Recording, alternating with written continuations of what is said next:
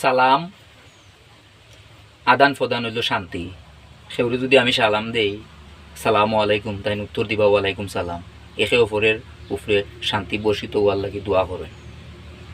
কিছু মানুষরে সালাম দিলে উত্তর তো দূরই কথা ও হয় না।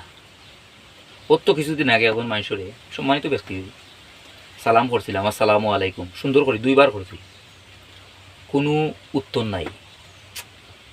ওই কিতা বিষয় রে, যখন মানুষের সালাম করলাম আমি তো গাইল না এটা সালাম ওর তো আপনার উপর শান্তি বর্ষিত হোক, ও শান্তি কেন বেচারাই নিতে রাজি নাই, মানে আলেখ দিন না, সালামের উত্তর নাই।